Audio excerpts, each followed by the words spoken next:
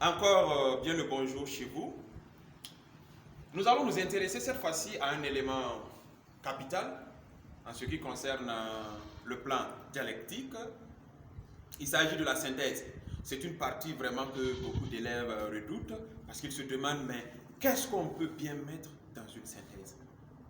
Retenez que lorsque vous arrivez au niveau de la synthèse, vous devez raisonner plus que la thèse et en même temps plus que l'antithèse. Et vous positionnez entre la thèse et l'antithèse comme un médiateur, comme quelqu'un qui vient solutionner un problème, quelqu'un qui vient mettre fin à un conflit.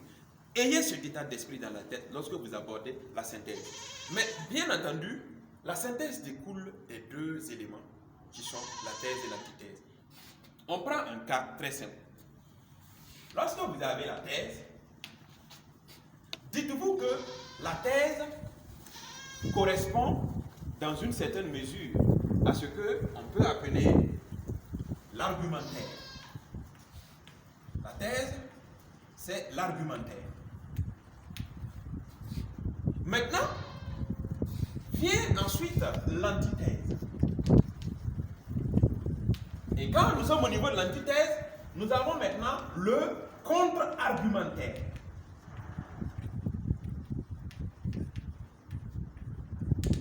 Et comme il ne faut pas se limiter à un contre-argumentaire, il faut bien entendu évoluer vers la synthèse.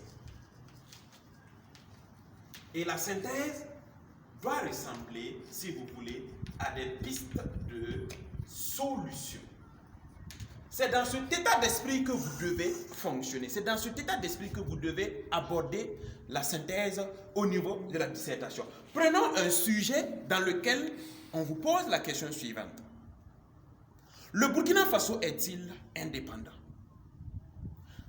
Dans votre thèse, vous pouvez faire ressortir les éléments qui confortent l'idée selon laquelle le Burkina Faso est indépendant. Et dans l'antithèse, vous revenez montrer que dans certains secteurs, dans certains domaines d'activité, le Burkina Faso n'a pas réellement une indépendance.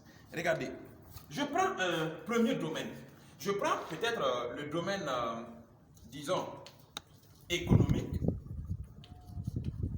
où on fait comprendre que le Burkina Faso est indépendant, ainsi de suite, parce que le Burkina Faso a sa propre politique économique.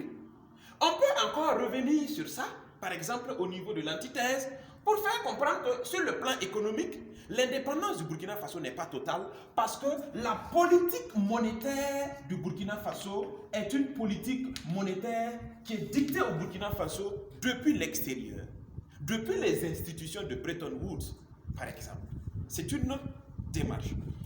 Maintenant, j'ai vu que sur le plan économique, on a une certaine parcelle d'indépendance, mais cette indépendance n'est pas réelle, elle n'est pas totale.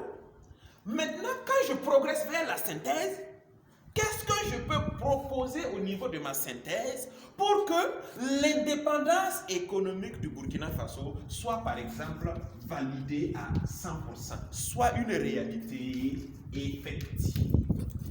C'est de ça dont il est question dans la synthèse. Donc il faut comprendre que c'est une démarche. C'est une démarche. Et quand on dit que c'est une démarche, ça veut dire qu'il y a une évolution qu'on doit constater. On doit partir d'un constat peut-être superficiel au chapelet de limite de ce constat pour aboutir à des pistes de solutions. C'est comme ça que la pensée doit évoluer. Et vous allez voir que les pistes de solutions que vous proposez ne sont pas exemptes de critique. Et vous pouvez prendre une critique de ces pistes de solutions et ça va constituer une ouverture au niveau de votre conclusion et ça permet de continuer le débat. Je vous remercie.